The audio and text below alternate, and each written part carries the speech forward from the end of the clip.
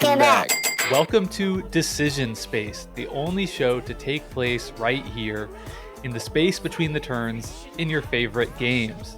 I'm Jake Friedman. I'm Pete Wissinger. And this is the podcast about decisions in games. And today we're doing a deep dive on Age of Innovation, a big, heavy monster of a game that is the latest in the Terra Mystica series. So before we do the deep dive, we're going to have a little discussion about game series or game sequels. This seems to be something that people like to argue about on Board Game Geek a lot. And we're going to kind of dip our toes into why these things stir up certain maybe feelings for people.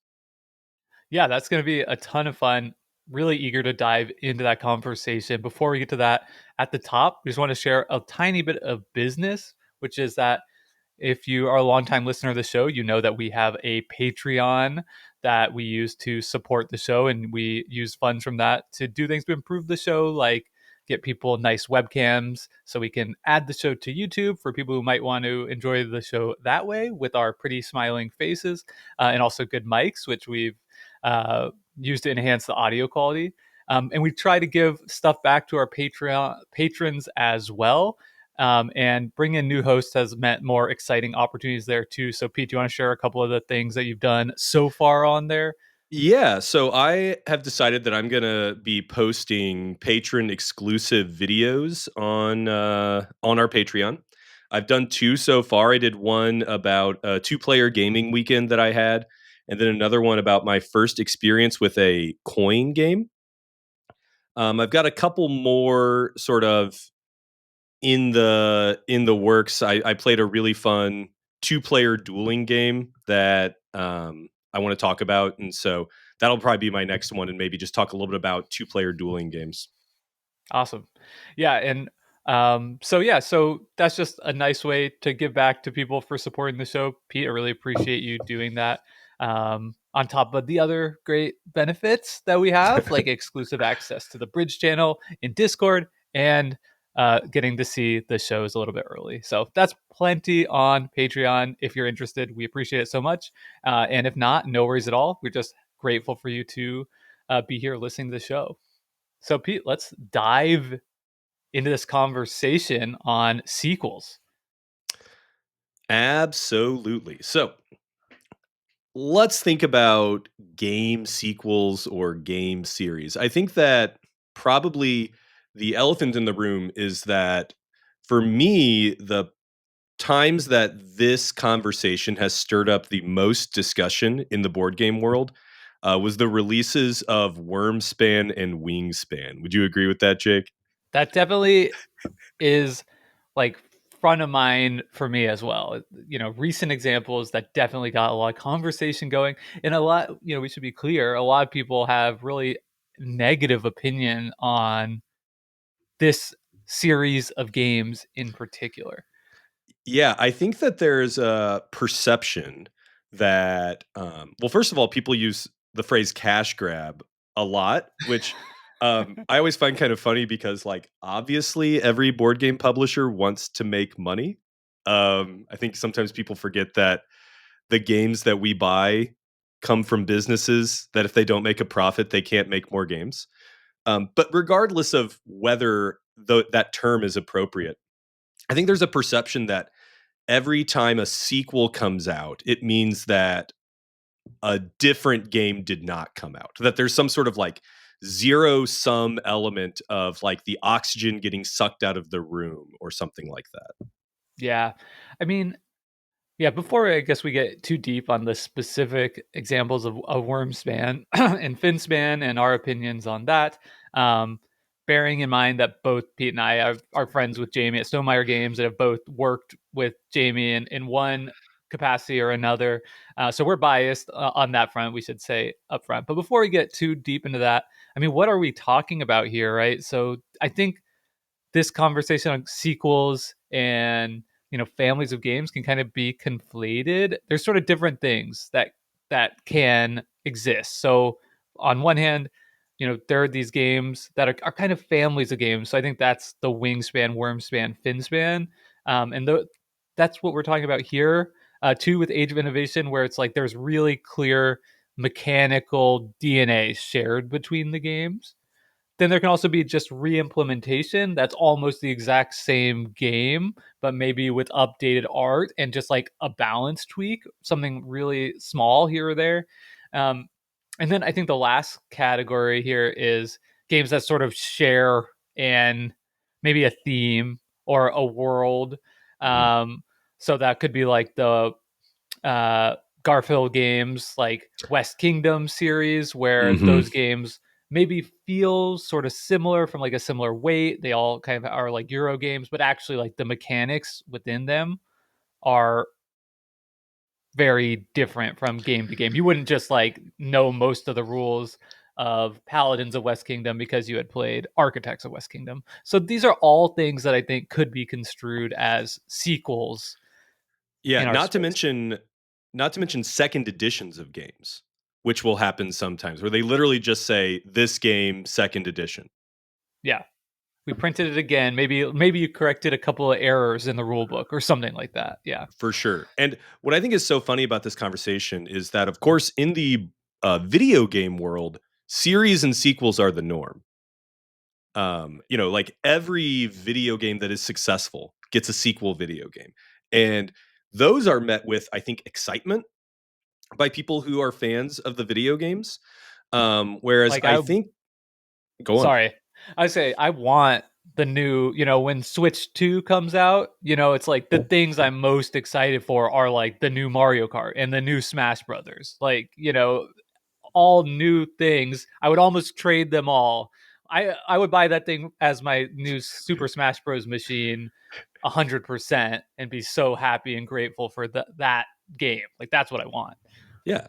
There is no game I'm looking more forward to this year than Slay the Spire 2. So, and I think that with board games, there's a fear of obsolescence. There's a fear that if a new version of a game I like comes out, that somehow devalues the fact that I own the previous version.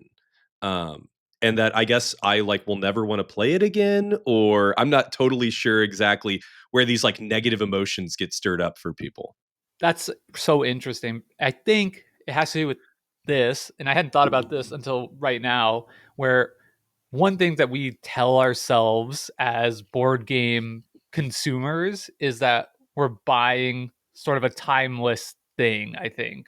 Um, which has, you see people like talk about the cost value of a board game where it's like, oh, I could buy this board game and get hundreds of hours of entertainment out of it compared to like going to the movies or whatever.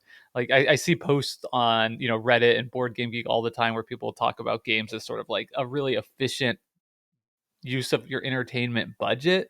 And I think a lot of us, when we buy a new game, whether we're like deceiving ourselves or not, that's kind of in the back of our head is I could be playing this game for, the next 10, 20, 30 years. Um, where I don't think we have the same feeling with a video game because we know, at least historically, that obsolescence just happens as technology improves. As we've seen such a like a linear progression in video games that has to do with like actual improvements in technology. Yeah, I think so. And so I think that I've got some like examples here of like game series and sequels, but I think that one of the big questions is for publishers is when they decide to make so first of all, one reason that sequels happen, it seems, is to re-theme the game to maybe capture a different audience.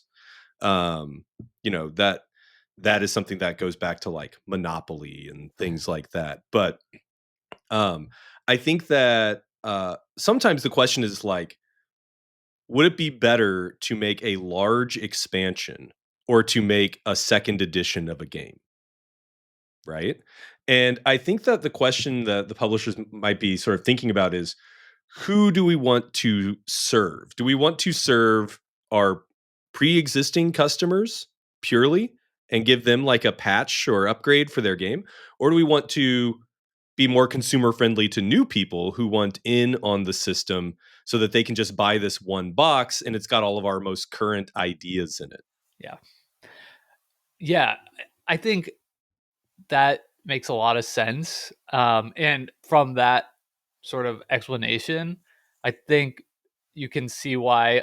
I feel like it's not just board games, but it's the movie industry, it's video games we've been talking about. Where I think if you're the person, fronting the cost, right? You're making you're taking a risk when sign a game, produce a game, uh, you know, pay to print a ton of copies of that game, hoping that you'll be able to sell them for a profit. You're taking a risk as a company. And I think there's a more perceived safety in printing something that has some kind of audience already, right? Some type of fan base.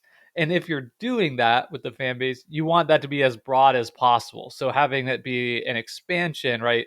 Uh, that limits it to people who already own that previous game. So if I'm making, an expansion to Wingspan, which obviously Stonemaier game has done, you're limited to the people who own a copy of Wingspan. Obviously, maybe that brings excitement. More people will buy Wingspan and then pick up the expansion too. But if you print a whole new game, then you're expanding that not just the people who already own it, but to the people that, oh, I played Wingspan at a friend's house or a gaming convention or whatever. Like I can be just onboarded right away with this new version. Well, and the other nice thing about like Wingspan and Wyrmspan is that Wyrmspan is made for a maybe more gamery audience, and Finspan is made for maybe a less gamery audience. And so that's another thing is you can, when you're not just doing an expansion, but you're doing a whole new game, you're kind of free to like mess with stuff. You're free to Right. like kind of like totally re-envision what this game is. And I think that I prefer that type of sequel game to like a slight upgrade or whatever because I've already played the game. So give me something different, right? If I wanted, like one example is Dune Imperium Uprising, which that one also got, I think, a lot of flack because it came out very shortly after the original Dune Imperium. I think I think that one is feels kind of questionable to me. Like I personally, again, I have my own bias. Like that one makes me. I mean, it's not questionable. Like I don't think there was any like bad faith thing happening or whatever. But like I personally like that less because it feels like they sold the Dune Imperium. They sold multiple expansions for it that kind of improved it, and then they printed like a new, better version that kind of like replaces all that stuff. So I own Dune Imperium, the base game, and I think I need to sell it or something at this point because I definitely fall into that camp of like knowing, and I've played Dune Imperium Uprising, and I think I do like it more. So knowing that there's like just like a better version out there, and it being so close to the original, like Uprising is so close to the original, right? They didn't really like go for a new audience or like this isn't like the more advanced for more gamery version. It just is like the better version for almost anybody. Now, I should say there are people who prefer the original. I don't know if it's a sort of Stockholm syndrome thing, but there are people who say that they prefer the original with the Rise of X expansion. I'm actually one of those people who bought Dune Imperium Uprising and sold my original Dune Imperium. Yeah. But what's funny is I wasn't going to buy Dune Imperium Uprising. And then as I walked out of the theater for Dune 2, I was like, that movie was so good. I immediately got on my phone and ordered Dune Imperium Uprising. Yeah. But the funny thing about what Direwolf has done with that though is they've made every new product completely backwards compatible with Dune Imperium. Like they have really, I think they really know that they've created a kind of weird situation for their consumers. So they're essentially treating them as two separate base games. and anything they make so far is compatible with both base games. And so their idea is that, well, the first one is the first movie and the second one is the second movie, which is this funny which like IP thing. and it's so Like, dumb too because it's not dumb. Like, I mean, I feel like I'm being too critical because I'm glad Dune Imperium Uprising exists. You know, like you don't want to be like, oh, you're gonna annoy people who have this like awesome game that so many people love shouldn't exist. But like that's just it's the same book. It's part one and part two of the same book. Like we don't need a whole separate thing. It really feels like that, maybe could have been some type of like upgrade pack. yeah, but you get to a point to where, like, if you come out with an expansion where you're replacing, more than half of the components, Right. it feels like, for example, co-host of the show, Paul Solomon, the Fall Flavors expansion for Honey Buzz is almost its own game. Like, if you play with Honey Buzz Fall Flavors, you're using almost exclusively things from that expansion box. Like, the only things you really need are like the little fruit pieces, or sorry, the little honey pieces, and a couple of other things. But like, there's a new board, there's new stuff, new order cards, and like that situation where that publisher could have made like Honey Buzz 2, and instead they made an expansion that basically is the size of the base game. Yeah. And that feels bad too because it's like you don't want to. I'd also, I want to have my cake and eat it too, basically, because I also don't want to have multiple boxes. And then I'm like, okay, well, what of this stuff do I like want to choose to use? I want to just have one box. I should also say with this conversation, I own basically zero expansions to any games. The only games You don't know Norwegians? I do own Norwegians.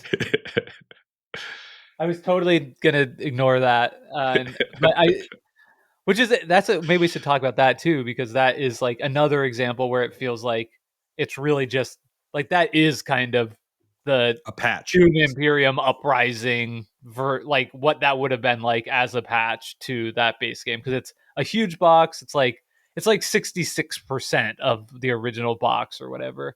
I do own that, and the other game I own expansions for are solo games. I don't do a lot of that, but Mm. I have an expansion for Spirit Island. I have an expansion for or several expansions for the Arkham Horror Living card game, and I'll buy expansions for like collectible card game type stuff too, I guess. And I feel like those are kind of exceptions because really the outlier is the Norwegians one. All the other ones I own is like just more content, new stuff to explore, either on my own or with really competitive minded people. Because I think I already have this problem when I'm introducing games to new people that like I've played it the most and am the most Mhm. experienced with it. And a lot of friends that I have that aren't on this show, or super invested and have their own big board game collection, I'll get complaints like every time we play with you, we're playing a new game. So the last thing I want to do is show them a game that we have played before. Finally, it's like, but wait, we're using all kinds of new stuff with it. It's like that's not. It just doesn't really fit with kind of the game night Magic Circle experience that I'm trying to cultivate with my collection. Yeah, but the big expansion, like Norwegians, is nice for fans of the game, right? I Right. mean, especially because Feast for Odin's an expensive game, right? If you bought Feast for Odin, you shelled out a lot of money for it. So if they have like essentially a second box that'll literally just improve your game, I think that's probably better. Yeah. Unless you're going to, you know, make it as expensive as buying a new game. And that really is just essentially no new rules. Use a different board and like sub out the cards. It Mhm. adds a couple of new resources in. Um, but yeah, it feels like a patch as we see in really at this point. I feel like need in video games that are coming out today. Right? It's like like quality of life patches are the expectation, and you can't do that in the same way in the board game space. And I feel like that's kind of maybe a bit of the symptom that we're grappling with as a hobby that kind of you know can create animosity when Wyrmspan comes out and then Finspan comes out because there's no way to reconfigure, add new modes to a box of cards that somebody already has at their house. But I think ultimately, and you probably agree with me, like it's a situation to where like it's really more of a FOMO problem than anything else. Like if you don't think that this sequel is worth it, then like don't buy it, right? I mean, Yeah. it's ultimately like a second edition of a game that you love existing does not take away from that first edition that you have and that you maybe love, right? Like I think there's also this idea that So unlike you're video saying I games, should hold on to my Dune Imperium? I mean, I no, should just play that. I'm like I'm a always a proponent of culling. Okay. So, but So I this is think more of that like a do as I say, not as I do situation. sure. Yeah. I think the biggest thing though is that a lot of board game players are also there's like a collection element. Yeah. And that's not so much true with video games. Like now we all just like download video games. We don't even own physical video games. We just have files. And so I think that the other thing is because there's this collector element to the hobby, some people fall into that sort of idea that they're completionists. And Hmm. I think those are the people that are most likely to get worked up about a sequel or second edition or a new game in a series coming out because they feel like they're being told you have to get this, which you don't. Yeah. Yeah. I don't know. I'm not sure if that are if that you may be right. I don't know if that's like what is working people up so much about some of these things as much as I do think a part of it, we talked about it very briefly, is that like, of course, they're making this expansion instead of something new, or this new Yeah. version of Wingspan. Of course, Stonemaier Games is doing that instead of, you know, creating something new.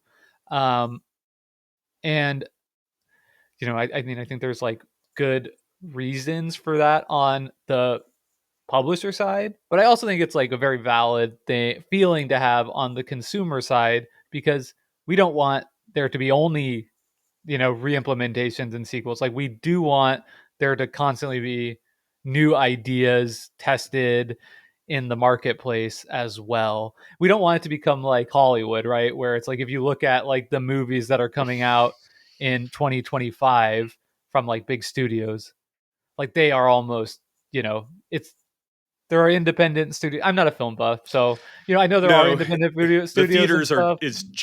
the theaters are just full of sequels these days. It's true. Yeah, and so people see that and they're like, and now what's my Stonemaier Games doing? Like, okay, it's a Finspan and it's a sequel to Scythe and then an expansion to the Scythe sequel thing. Like, I get the feeling of like I would if somebody said I would prefer that these companies were instead working on something new, valid. But I don't think also at the same time, the companies want to exist to create Well, games to make profit also. but I think that there's a couple flaws there. I think the first flaw is the fact that there are more new games that come out every year than anyone could conceivably play, right? Yeah. Like I don't think even like, Tom Vassell who plays board games for a living plays every game that comes out. So the idea that an expansion or a new game in a series is somehow making another game not happen, I think is probably not true. And also, like, these are vessels for new ideas in the same way they are in video games. Like, I think that if you are a fan of a game or a system, like an expansion or a sequel is adding value for people. And it's also how you build loyalty from your consumers because the consumers feel like they're being given a treat who have already gone in on something. Yeah. Yeah. And I think the other nice thing about on the consumer side too is it is nice when you kind of feel like, oh, I do actually have a little bit of an easier time to wrap my head around this because I kind of know the base system and now I get to like taste a new version of that. Like I think there's like just value to the onboarding side of things. And so we've been talking a lot about Stonemaier games, but because I think they get a disproportionate amount of the flack. Um, Insane. but basically every publisher of moderate size is doing the same type of thing. Whether it's Azul putting out, I think the fifth Azul game came out this year. Azul Duel. Azul Duel. I mean, and and that's, I like Azul, and that's something that's exciting for me to, because I like that core draft mechanism. It's interesting to see the way that the designers have gone with this, and the publishers taken it as well. um and you don't really see the same amount of like flack about like, oh come on, the fifth Azul game, or oh, this, do we really need horrified mythical monsters or whatever it is, right? It's the fourth thing. Like, you don't see the same kind of pushback for those It's games. true.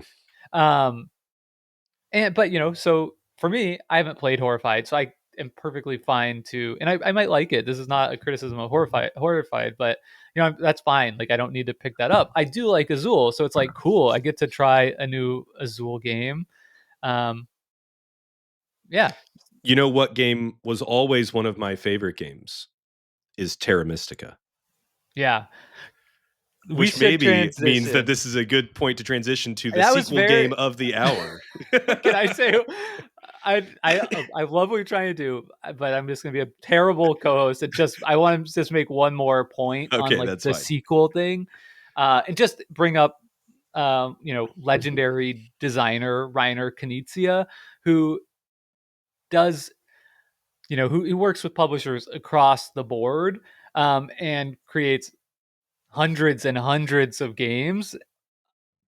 And what he does is he iterates on his own designs constantly. If you like Lost Cities, there is a Lost Cities Duel, there is a Lost Cities Roll and Write, there is a Lost Cities the board game. If you like Battle Line, there's a Battle Line, there's a Battle Line 2, there's a Shot and Totten, there's a Shot and Totten 2.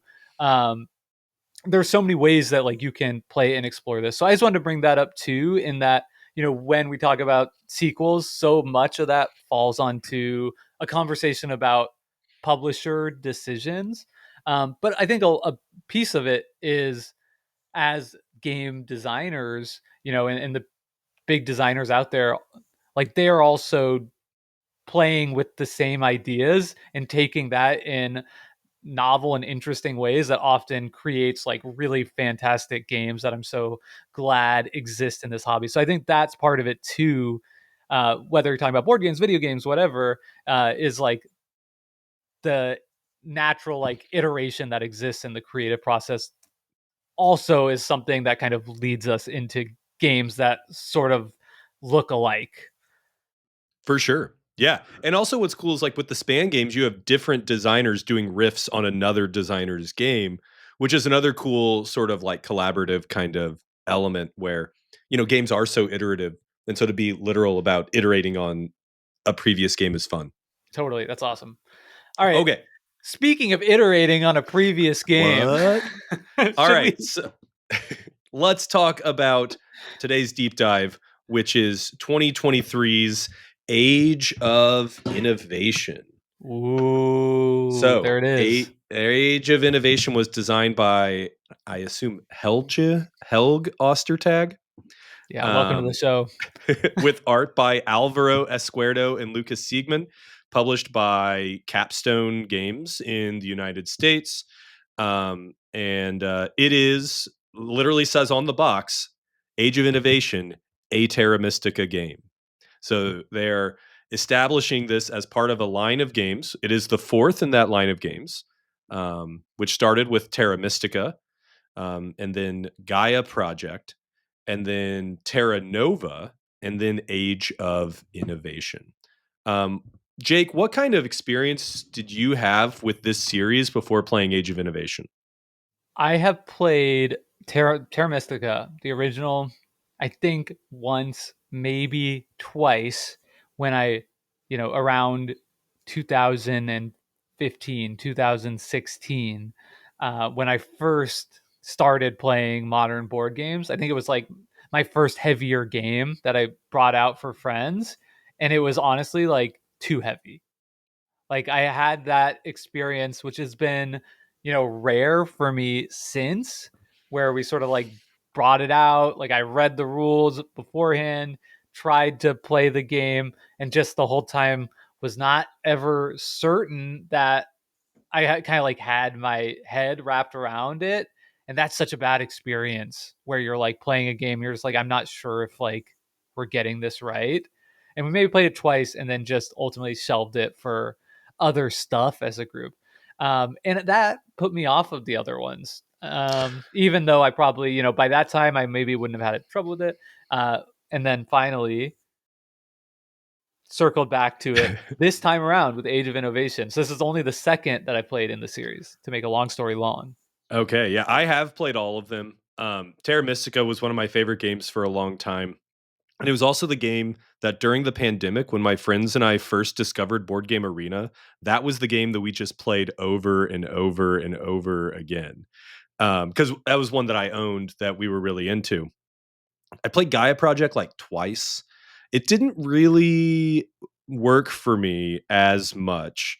And then I played Terra Nova once, which Terra Nova is the streamlined version of the game to be sold in Target, which basically takes Terra Mystica and gets rid of like half the mechanics to where it's really just about terraforming and building and like nothing else. Cool. So do we want to do reviews? Yeah, let's jump in with our reviews. And how about I go first? Is that all right with you? Please. Okay. I really like Age of Innovation. I think heavy games are really hard sells. So it takes a really exceptional one to rise to the level for me to like want to seek out and play it a bunch of times. Doesn't always happen. It did happen with this one. I enjoy basically all the mechanisms in it. I especially am drawn to the way the pre-game kind of like metagaming draft works to give players a sense of creating an identity and player expression, something I absolutely love. So ultimately, I found this game, though I wouldn't give it a blanket recommend just because of the extreme weight. You have to be aware that this is a heavy game that, if newer players might have the same kind of bounce off experience with this that I did when I originally tried Terra Mystica. But for its audience, I'm going to give this game a 9 out of 10. I love it. Yeah, I also love it. I actually loved it enough that after I bought it and played it, I sold my copy of Terra Mystica because for me, this does everything Terra Mystica does, but it adds more variability. It allows you to kind of craft your asymmetry as you go. The mechanisms are so intricate that it's like just on the edge of my mental capacity in a way that I love, where you can kind of feel your brain tickle as you're slotting all of your sort of turns that you've pre-planned ahead. But it also has this very interactive element that's actually very incentivized in the game. And I just find it super satisfying every time I play it. I'm probably between Board Game Arena and in person about 20 games deep on it. And like I would play this game right now. I feel like I'm still discovering really cool combos in the game. It is one of the few games that I have given a 10 out of 10 on Board Game Geek. I absolutely love Whoa. it. Dang. That's It's crazy. probably my favorite heavy Euro. Okay. Yeah, it's got to be up there for me too. I think the games that come to mind right away that give it a run for the money is Feast for Odin, we mentioned on this podcast. Another one that I really like. Um, and Civolution was one that also I recently played that just like totally knocked my socks off. But it's it's in rarefied air for sure. Um, Should I do a so little rules summary? yeah, give us the brief overview of kind of how this thing works, and then to give people just a sense of what we're going to be talking about in the next part of the discussion. So I'll kind of go into what I think makes the Terra Mystica system, because basically all of that applies to this game. And then I'll get a little bit into what's different. So in Age of Innovation, you're going to play as a unique sort of fantasy race, and you have a certain terrain type that is the terrain type that you can build on. And what you're presented with is a large hex board with all the different terrain types scattered around it. And the core mechanic of the game is that you're going to terraform the different land types into your land type using sort of a resource, I guess, or an action called a shovel. And that's where the Terra in Terra Mystica comes from. You have a player board that's full of buildings. And when you take the buildings off to build them, it reveals income benefits on the board, which I know this wasn't maybe the first game to do that, but I do think that it was the influential game to do that. Like, I don't think that you get a player board like you have in Scythe or Barrage without Terra Mystica. Um, the other core mechanic of the game is that one of your main resources is power. In power, you have these like three bowls of power. And what you're doing is pushing from bowl one to bowl two. And then if that's full, you go from bowl two to bowl three. And then it's the power in bowl three that you can actually spend. And then it goes back to one. This is one of the most like satisfying ASMR elements of playing a Terra Mystica game is this little bowl cycle. So we also talk about like mechanical artifice in games where it's just like a little mechanism that exists only just to like make something harder. And that, I think that's like a great example of that here, right? Yeah. And then the core elements of how you get points in the game is you get points for having the largest connected area of your buildings on the board. There's also these, I think in this game, I'm going to occasionally call things on accident by their names in Terra Mystica because that was how I learned. Terra Mystica is called the cult tracks, but I think here it's called like the science tracks, which is this series of tracks on the side of the board that you're trying to be the highest on that. And then I think a core component of the game is that every round, a certain type of action gives you points for that round only. And so the whole part of the game is building out your zone while maximizing your round points and working towards those majorities at the end of the game. And we'll Nice. get into more of the specifics as we get into the decisions of the game. But that's your big picture overview. It's a game where you're going to terraform land to your type so you can build on it. Awesome. I think that's a great overview. So let's get into this characterization of the decision space. What type, do you think we have here? Static, waxing, waning, or dynamic? I think that it's either waxing or dynamic. Yeah. It's definitely not waning because you kind of reset your resources every round. Hmm. And so you usually, as the game goes on, the rounds get longer Yeah. because you have more resources to work with. However, as the board fills up, that adds a little bit of that maybe waning because there's literally fewer places to build. Yeah. I mean, one thing we sometimes it does have a little bit of like what we've called before a punctuated waning decision space where you get like an influx of resources and then you're spending them all down. That's kind of like what happens in Castles of Burgundy, right? You get Mhm. your all the tiles come out on the board and you're kind of taking them. But this feels a little bit more organic than that because you also have a lot of agency about how you end around. You could end around with plenty of resources left, meaning you'll be starting with more resources than somebody else the next time around. So it definitely has a sense of like I'm building up because of the way you remove pieces from your board to get additional income. Like you feel like you're building up and getting more powerful, and then also the board is. I never feel that trapped in this game. So Uh, I think that is one thing that's different from this and Terra Mystica. So Terra Mystica, first of all, one of the things I love about this game over Terra Mystica is that the back of the board is a smaller map for if you're playing with two or three people.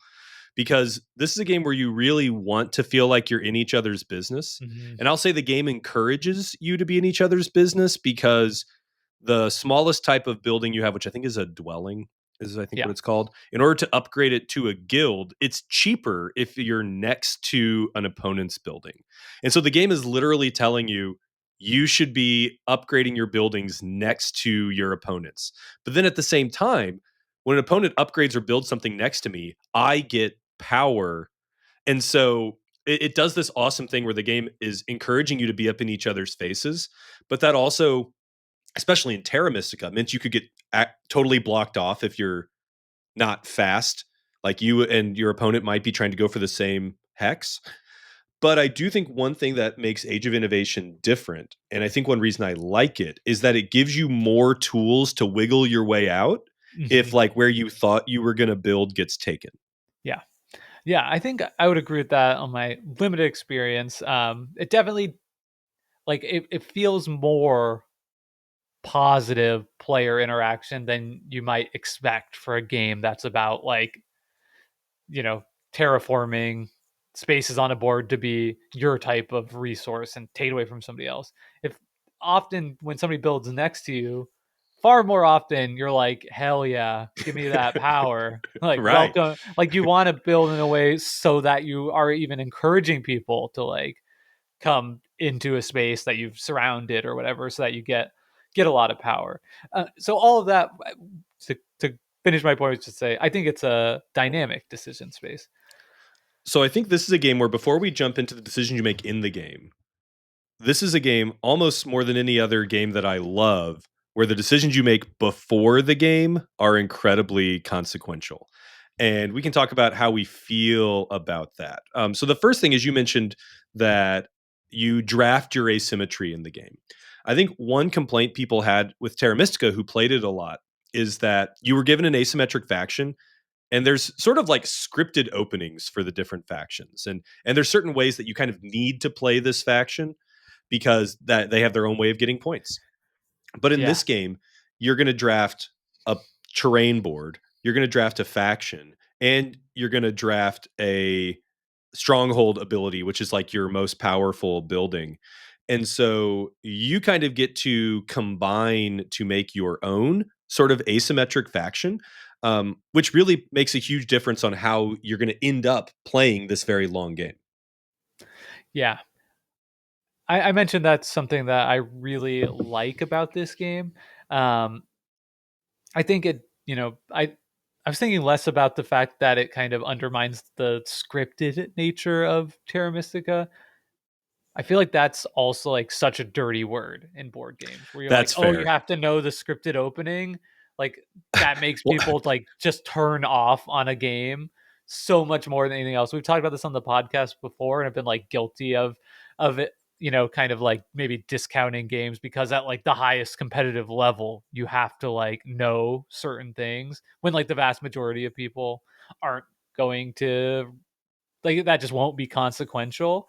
Um and I feel like that's something that I've seen as criticism of this game as well is that a lot of people on Board Game Geek will say that the factions aren't particularly balanced. sure. I would say two things to that. The first is that if you do the snake draft method, that can help resolve that. So without like having to do some kind of like more ham-fisted balancing method of different point allocation based on factions, the person who takes the first one presumably will not be able to pick their stronghold power or terrain type until a little bit later on. So that might improve it somewhat. I think so. But the more important thing is that I think for like most players, you said you're 20 games in. I probably played it 8 or 9 times myself, um, between once on the table and then the rest on Board Game Arena. Like I don't feel, no, to my like novice level, there has not been any kind of emergent imbalance between the factions. I've done well with some of the ones that are like supposed to be weaker, and poorly with some of the ones that are supposed to be stronger. Um, and we're talking, 100 hours of in-game time or Right. whatever at this point. Yeah, I guess like a lot of the games, most of the games actually I've played of it have been pretty close. So that sort of like competitive imbalance is not the kind of thing that, yeah, I'm gonna notice that much, because this is a game where you make so many decisions that you're like, "Well, which decision made this person win?" I don't know, like, they're like, the Yeah. points you're getting is like what, that last game we played, you're getting, like, over 100 points. Well, some of us are. Ooh. Anyway, so the other huge, huge, huge, huge, huge decision you make at the beginning of the game is where to put your first 2 dwellings. And this really reminds me of, like, playing Catan, right? So if you Totally. play Catan, you get to start with 2 houses on the board, and you can lose the game by putting those in the wrong place. I feel like I'll jump in and say I think that the decision here feels like way more approachable than Catan because I think like there are obviously like really bad choices that you could make probably if you put like your two things like maybe right next to each other in like the corner of the board. But or maybe I just still totally suck, but it seems like if you just do like the very first level heuristic of like I'm going to put these kind of in a place where they can access other areas that are close in terraform type to my own. Um, that's like at the novice level, it feels okay. I haven't seen a lot of people like in Catan. Somebody makes a placement, and you're like, "Oof, that's you're gonna have a bad time now." I haven't really felt that as much in the setup of this one. Yeah, and they do make it pretty kind of like a very easy choice, like you said. It's like if I'm playing as the plains, it only takes me one shovel to turn a swamp or a desert into a plain. So what I'm looking for when I'm putting my buildings down, is I'm looking for a plain that's next to swamps and deserts, Yeah, right? I mean, like it, and also we should say that it's a snake draft. And so when you're the first person to place, you're also kind of being like, well, I kind of want to place it towards the middle of the board because I want to be wherever other people are putting things, or I want to kind of invite other people to come around by where I'm placing because we need to be next to each other. yeah, yeah. Yeah, so I think it's like that. If it's fun, a fun decision, but more approachable, and I'm sure at the highest level, incredibly consequential, and there's way more to it than what I'm making out. But for your average the average person who listens to this, I think they could expect like what they can expect to find in that pre-game game metagaming of this is like a fun exploration of like I think like personal expression in a sort of sense of like, do I want to be playing with the rivers a lot this game? Okay, I'll pick the navigator. Do I want to be like really trying to terraform hard? Then I'm gonna try out this goblin type that gives me gold for terraforming. Um, it kind of can point you in a direction and gives you a lot of agency at the top about what direction you want to go off in. Yeah, I think so. I think one thing it's weird that I like this game as much as I do because this is a game where there is zero randomness, right? Right. Like, eh, there's literally no randomness. Like, even what all the round bonuses are going to be. Absolutely everything. And so, my question for you is: do you think this is more of a strategic or a tactical game? That's a great question. It I mean, I think like all great, maybe all. I feel like if a really great like heavy Euro game has to give you a nice taste of both. So this is like a really crappy non-answer to that, but Sure. Well, it I feels guess pretty balanced to like my question is: how many turns ahead are you thinking when you play this game? it really depends. I think generally I'll have like goals for a round. Like by the end of this round, I would like to have built my stronghold.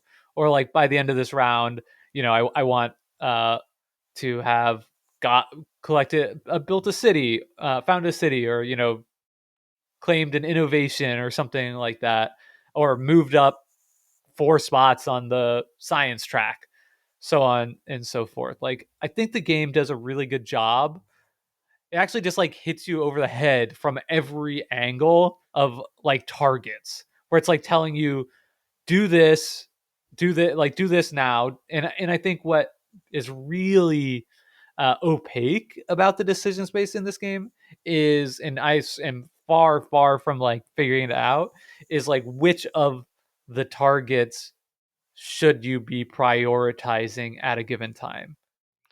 Yeah, I think there's a couple times in the game that feel like big moments. So like you're going to want to build your stronghold, which is like your building that unlocks a new asymmetric power.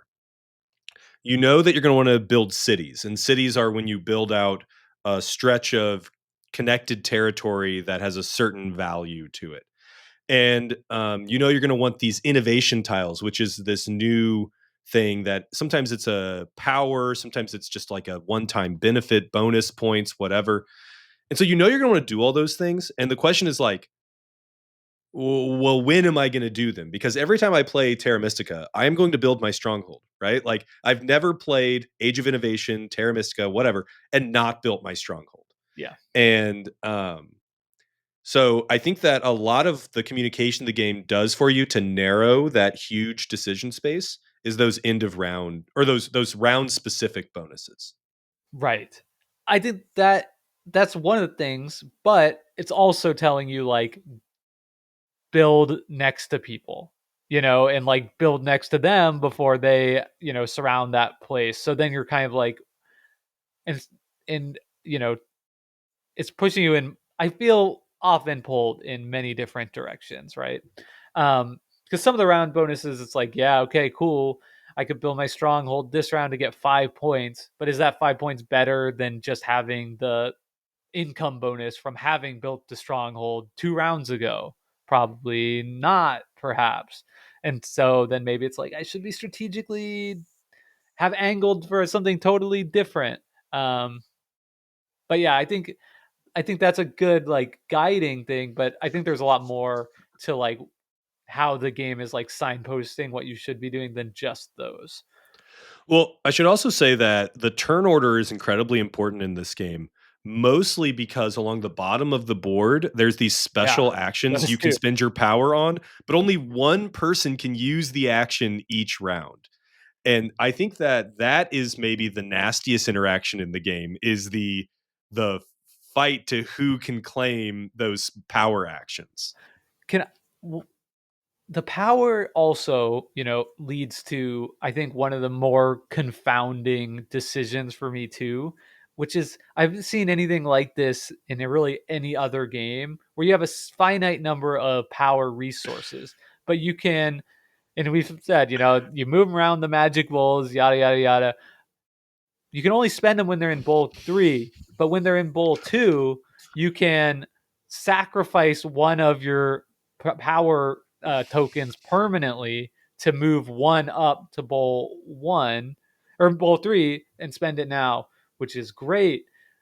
But what's not clear is like, is the penalty for doing that, because in some instances it might be good to have less power total, because then you can kind of like cycle around your bowl too much or faster. So the first time you do that, first couple times, you're like, this feels great.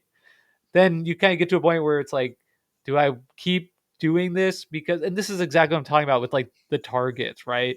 Where it's like, it's saying at the end of the round, I'll get an extra income cube, an extra tool for every 2 spaces I move up on the white track, the law track, or whatever it is. Yeah. So I could spend power out of my bowl permanently in order to like get to 3 power to buy a scholar, so I could put the scholar on that track so I could go up 2 more spaces and get one more income cube of tool type. And it's like, in that sequence, there's just so many kind of like considerations, and it's really opaque to like understand of like, was that good because I got I got to go up the track, but I also got the extra cube.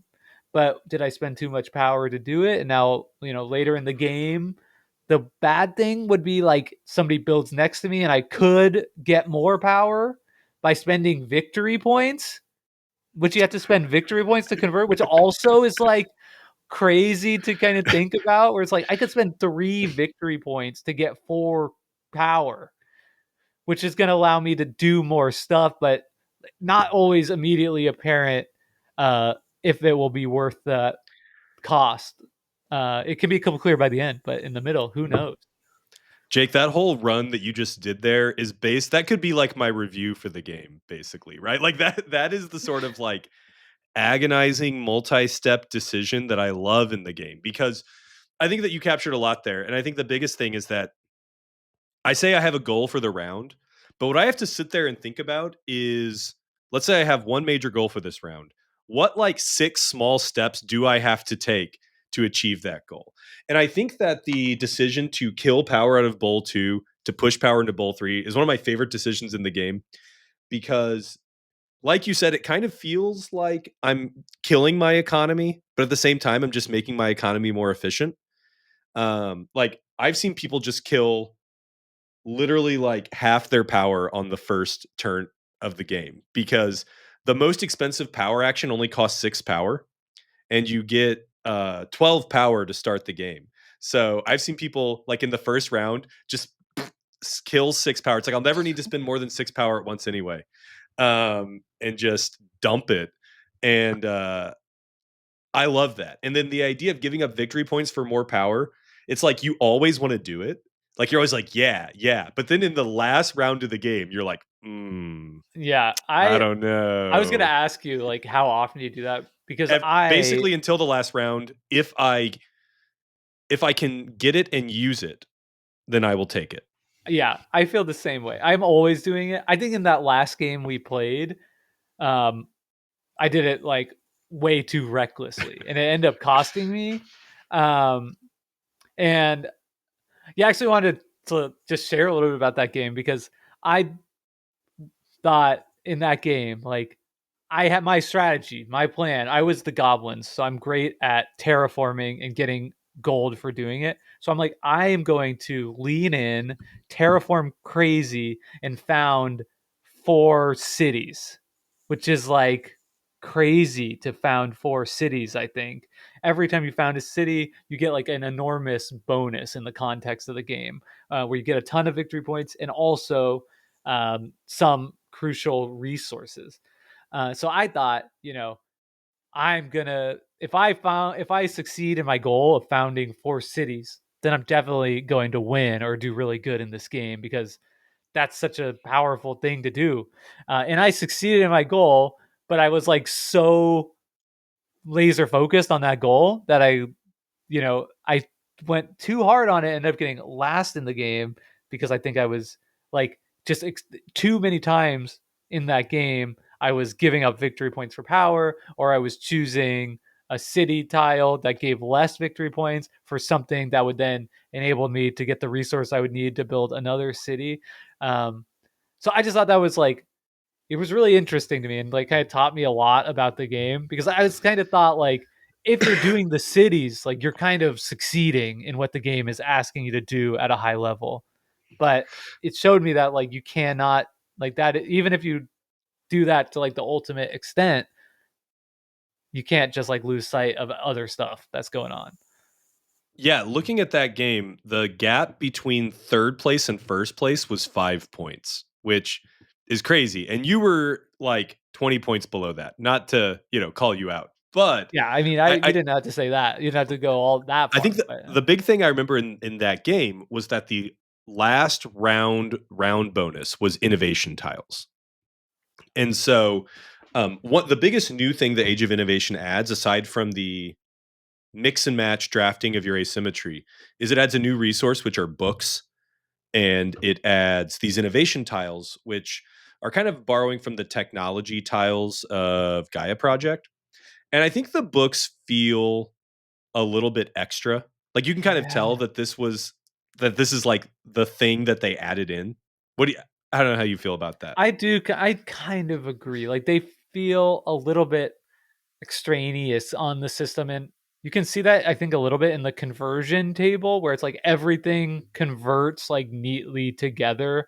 Like you can convert power into cubes, you can turn a cube into a coin. You A can put scholar power into a into a tool, scholar, right? and Yeah, that goes yeah, down to a tool.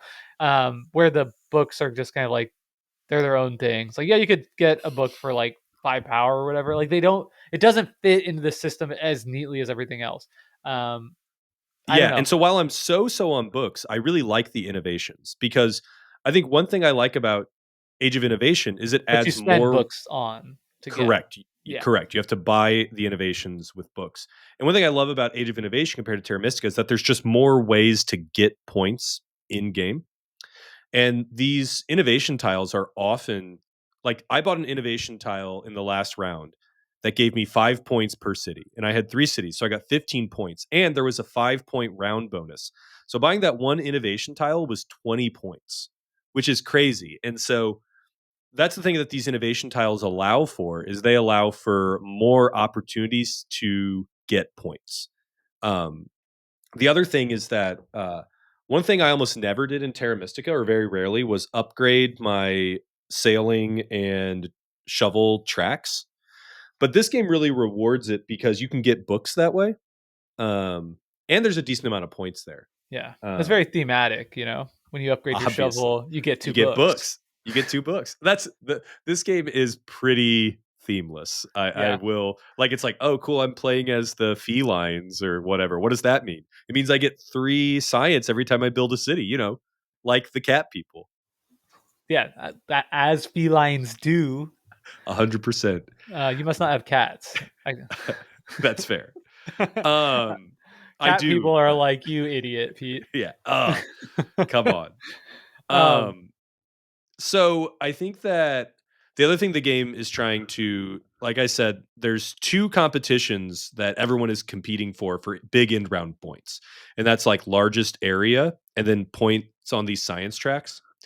And I feel like it's really hard to focus on both of those things. yeah, Because the way you move up on the science tracks mostly is by upgrading buildings into schools and universities. Um, So basically, if you're playing a game for the science tracks, you're focused more on upgrading your pre-existing structures. Whereas if you're playing for the large group scoring, you're trying to spread out and expand. the more I play the game, I think my big flaw in the last game was like ignoring moving up those tracks. I think the times I've done better, I've done well on those tracks because they also, as you go up, you're not only getting points, but you're getting power when you cross certain lines, and you're often like getting some kind of benefit as it relates to like end round income, depending on like what those end round bonuses are. So that's like a lot of efficiency by going up those tracks that you're not necessarily replicating by connecting your like areas together via the rivers or bridges or whatever. Another interesting decision in the game is like how long to go for a round and when to pass. Yeah. Because the order that you end your round in is the turn order for the next round, right? So the first person to pass goes first the next round. It's sort of a catch up mechanism that's built in. Um, but it's kind of interesting because you could try and just extend your round as much as possible every time, but Yeah. going last in turn order absolutely sucks. And the other thing is that you have these scrolls that you get when you pass that give you a special bonus for that round, and some of them are just way better than others. And so sometimes if someone else has one of those round tiles that I want, I'll just wait for them to pass so I can pass immediately. Right. Yeah, totally. It is interesting. Like, in some ways it challenges my board game, Euro game heuristics of like, if you can do more stuff, keep doing it. Especially when like, by doing more stuff, you're often like increasing your income.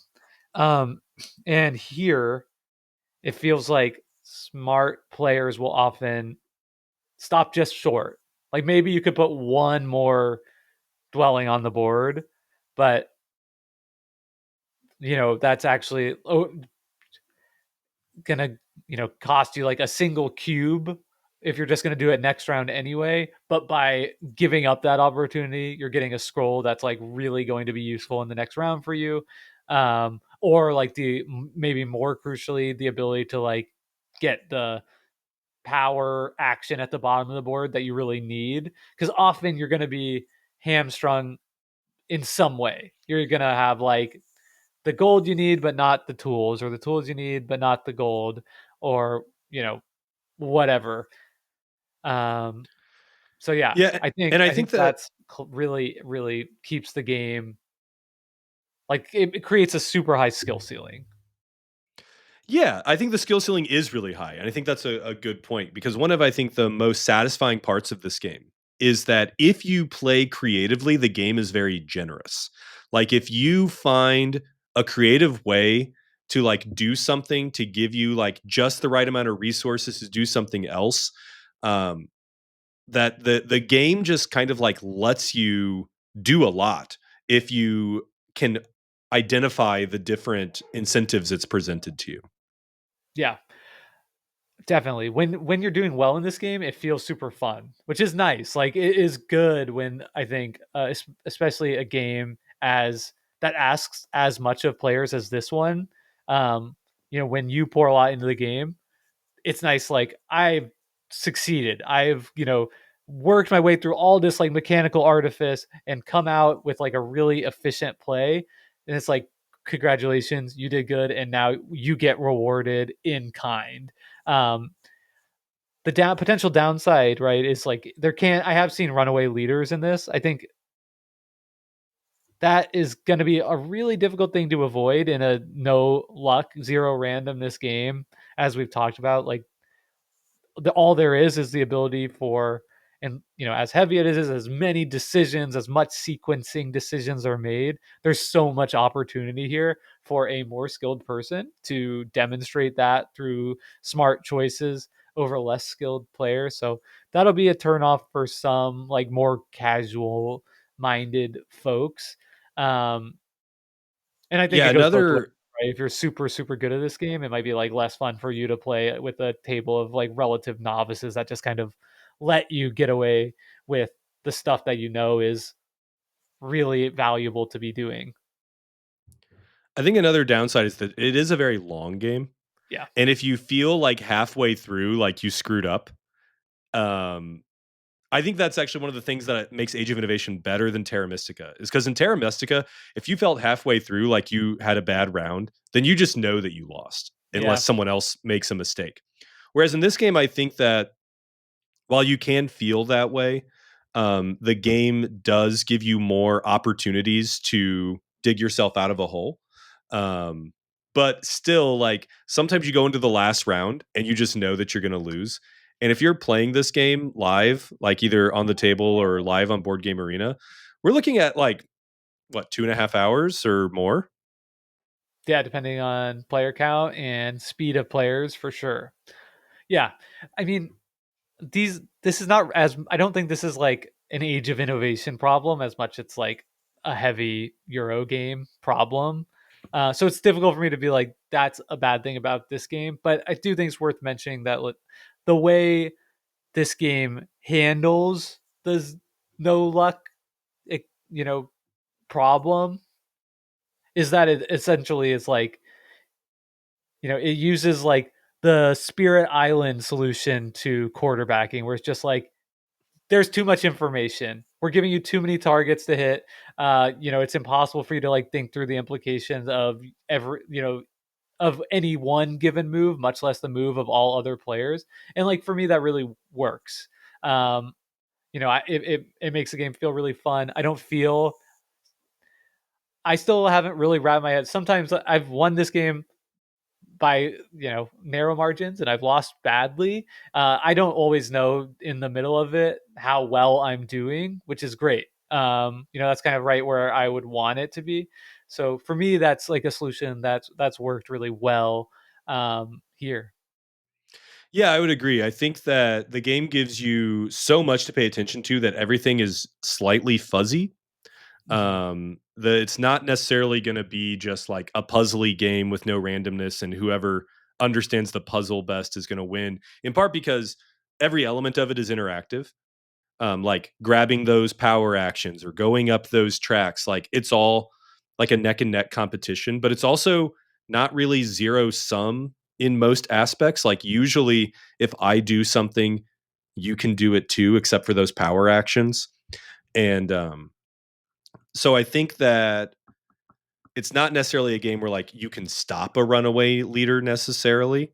But at the same time, I think that it is rare, I think, when I'm playing it that I can tell by like round 3 that this person is definitely going to win.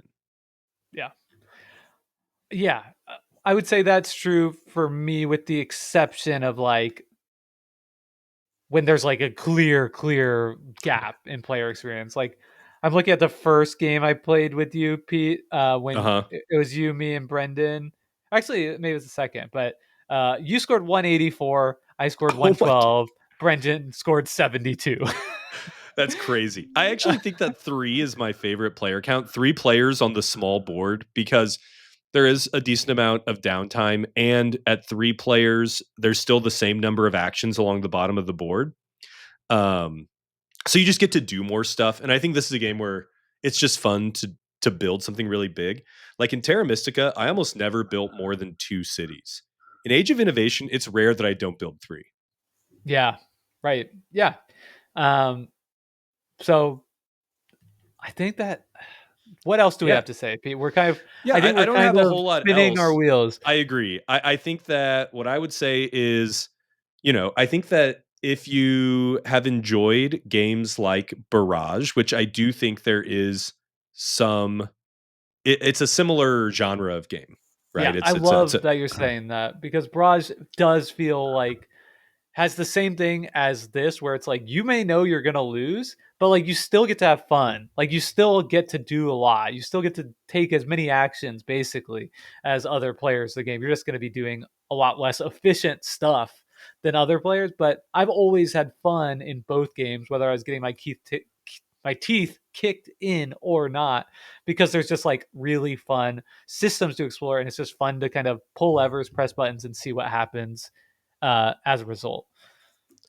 So yeah, definitely it's a game that we both really like, even though we have fairly different tasting games. And I think that, if you've never played a Terra Mystica game before, this feels about as complex as playing Terra Mystica with an expansion. Um, but at the same time, if you're already bought in for a game this heavy, I don't think that adding the couple of extra things is really going to make a difference. You can also just ignore parts of the game and just do what you understand. Like I really do think that it's a pretty special game, and I generally like the series, and to me, this is the best in the series. Nice. We have a really important and special announcement that we need to hit before we end this episode. Pete, Yeah, I have a tell us minor. about your game. Tell us So about your game. I have the reason I hate that to talk about this, but I do have a game that at the time you're listening to this will be on Kickstarter. It is my first published game. It's with Inside Up, who mostly people know of from Earth. Um, and it is part of a trio of games. My game is called Crits and Tricks, and it is a trick taking game that uses polyhedral dice like you would use in a dungeon crawling RPG, and it's pretty great. And I just recommend checking out the Kickstarter. The other 2 games are really fun too. One of them is like a lane battler that I would say is sort of like Battle Line on steroids, and then the other one is this really cool hidden movement game about being pickpockets. And I'm just super excited. I have no idea how it's going to do, but that is live on Kickstarter at the time you're hearing this. And I have played your game, not in the not in the final You like prototype, or I haven't seen the final components, but I played it and tested it with you you did. before you were pitching it, and seeing all kinds of like the fun iterations that you've done with it. And I can just say that my feedback must have been really helpful, because it's like a really fun game. And I highly, you know, my official opinion on it is it's like a super fun trick taking game. Genuinely one of my favorite trick taking games that I've ever played. And I hope people who back it will really enjoy it. Well, thanks, Jake. Yeah, crits and tricks. Crits and tricks. All right. So if you want to leave us a review on Apple Podcasts, we would love to hear from you. If you haven't joined our Discord, people are talking about and playing games there all the time. Obviously, as always, thank you to Hembre for the use of their song Reach Out for our intro and outro. And we'll see y'all next week. See you next time. Bye. Bye.